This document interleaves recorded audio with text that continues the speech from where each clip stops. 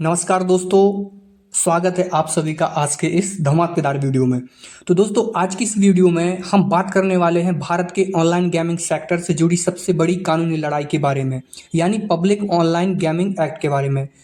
तो इसको चुनौती देने वाले केस पर जिसकी सुनवाई सुप्रीम कोर्ट में चल रही है। और आज का अपडेट वाकई बहुत ही इंपॉर्टेंट है, क्योंकि हैड डिजिटल वर्ल्ड की तरफ से की गई मांग पर सुप्रीम कोर्ट ने स्पष्ट दिशा निर्देश दिए हैं। तो आइए पूरे मामले को एक एक करके समझते हैं।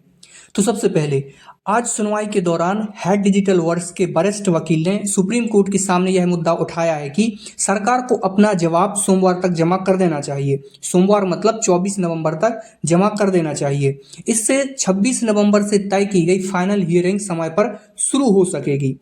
हैड डिजिटल वर्क की तरफ से कहा गया है कि देरी से न सिर्फ उद्योग पर असर पड़ेगा, बल्कि लाखों खिलाड़ियों और कंपनियों के भविष्य पर भी प्रश्न चिन्ह लगा रहेगा। भारत सरकार की क्या प्रतिक्रिया रही, इस पर बात कर लेते हैं। यहाँ सबसे महत्वपूर्ण अपडेट आया है। भारत सरकार की तरफ से पेश हुए वकील ने सुप्रीम कोर्ट को आश्वासन दिया है कि सोमवार तक जवाब हर हाल में फाइनल कर दिया जाएगा।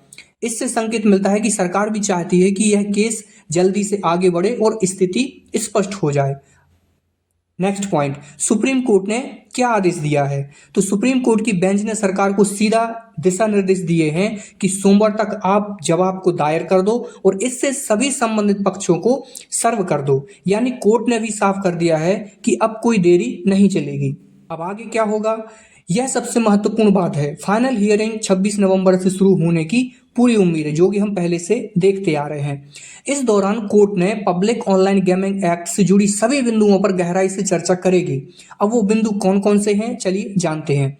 क्या पब्लिक ऑनलाइन गेमिंग एक्ट संवैधानिक है? क्या इससे ऑनलाइन स्किल गेमिंग को लत तरीके से जुआ दिखाया गया है?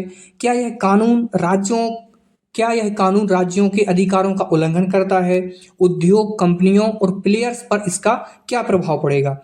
ये सभी बड़े सवाल सुप्रीम कोर्ट में चर्चा का केंद्र रहेंगे, जो 26 तारीख को हियरिंग होने वाली है। अब पब्लिक ऑनलाइन गेमिंग एक्ट को लेकर विवाद क्यों है?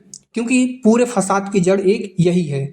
तो जो पब्लिक ऑनलाइन गेमिंग एक्ट है, लागू होने के बाद कई गेमिंग कंपनियां की जो सर्विस थी वो बाधित हुई है। उनको अपना जो कारोबार था उनको बंद करना पड़ा था।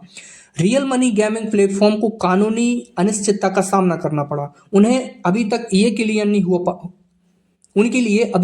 क्लियर नहीं हो पाया है कि जो लॉ बनाया गया है, जो कानून बनाया गया है, वो अभी तक पूरी तरह से इम्प्लीमेंट हुआ है कि नहीं हुआ है। और अभी सुनने में आया है कि इम्प्लीमेंट नहीं हुआ है, फिर भी जो कंपनियां थी उन्होंने अपने जो पेड कॉन्टेस्ट थे, चाहे वो ड्रीम 11 हो, माई 11 सर्किल ऐप हो, सभी को अपने जो पेड कॉन्टेस्ट थे उनको बंद करना पड़ा था।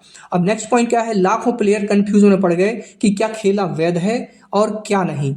मतलब उनको इस चीज को समझ नहीं आ रहा है कि हम क्या खेलें क्या नहीं, मतलब कौन से खेलने पर हमें प्रॉब्लम नहीं होगी और क्या खेलने से हमें प्रॉब्लम होगी। राज्यों और केंद्र के बीच अधिकारों का भी विवाद उठा है। जैसा कि आप देख सकते हैं कि पहले क्या था कि जो ऑनलाइन गेमिंग था कि ये सरकार के अधिकारों के अंतर्गत आता कि राज्य सरकार इस पर निर्णय ले सकती है कि मुझे अपने राज्य में किस चीज को प्रमोट करना है, किस चीज को बैन करना है। लेकिन अभी जो 22 अगस्त को ये कानून बना है, इसकी वजह से पूरे भारत देश में सभी राज्यों में इसको बैन कर दिया गया है। तो यहाँ पर राज्यों और केंद्र के बीच अधिकारों पर भी एक विवाद वाला प्रश्न चिन्ह खड़ा होता है। इसी वजह से हैड डिजिटल वर्क सहित कई कंपनियों ने पब्लिक ऑनलाइन गेमिंग एक्ट को सुप्रीम कोर्ट में चुनौती दी थी, जैसा कि आपको पता है।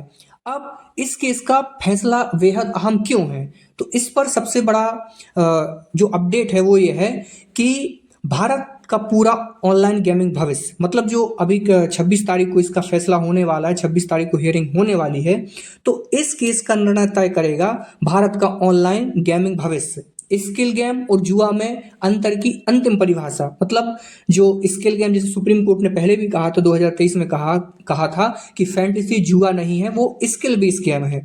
कंपनियों की ऑपरेशन पॉलिसी, कि कंपनियों को अगर चालू भी होता है तो किस तरह से कंपनियों को अधिकार दिए जाएंगे या रिस्ट्रिक्शन लगाई जाएगी कि आप किस प्रकार से अपने बिजनेस को रन कर सकते हैं। और दूसरी बात, प्लेयर्स की सुरक्षा और अधिकार, उन पर प्लेयर की सुरक्षा कैसे होगी, उनको क्या अधिकार दिए जाएंगे, ये सारी चीजें। यानी एक फैसला लाखों लोगों की जिंदगी और हजारों करोड़ों के उद्योग को प्रभावित करने वाला है।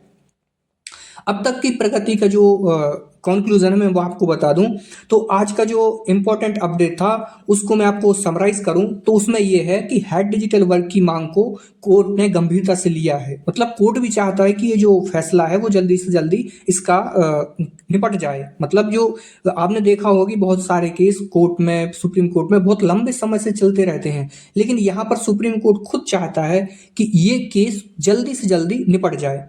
सरकार ने जवाब देने की पूरी गारंटी दी है, जैसा कि आपको मैंने पहले बताया है, अभी इस वीडियो में पहले बताया है कि सरकार भी चाहती है कि ये चीज जल्दी से जल्दी निपट जाए। बेंच ने स्पष्ट टाइमलाइन सेट कर दी है। जो बेंच है, जो जजों की हियरिंग, जो बेंच हियरिंग सुनने वाली है, उसने भी ये टाइमलाइन सेट कर दी है कि आपको इस तारीख तक अपना जो भी जवाब है वो दाखिल करना पड़ेगा। फाइनल हियरिंग लगभग तय मानी जा रही है। फाइनल हियरिंग से मतलब कि अब ये सुनने में आ रहा है, ऐसा लग रहा है कि जैसे आप पिछले लगभग 3 महीने से देख रहे हैं, 2 ढाई महीने से देख रहे हैं कि आपको तारीख पर तारीख मिलती जा रही है, लेकिन आपको जो फाइनल रिजल्ट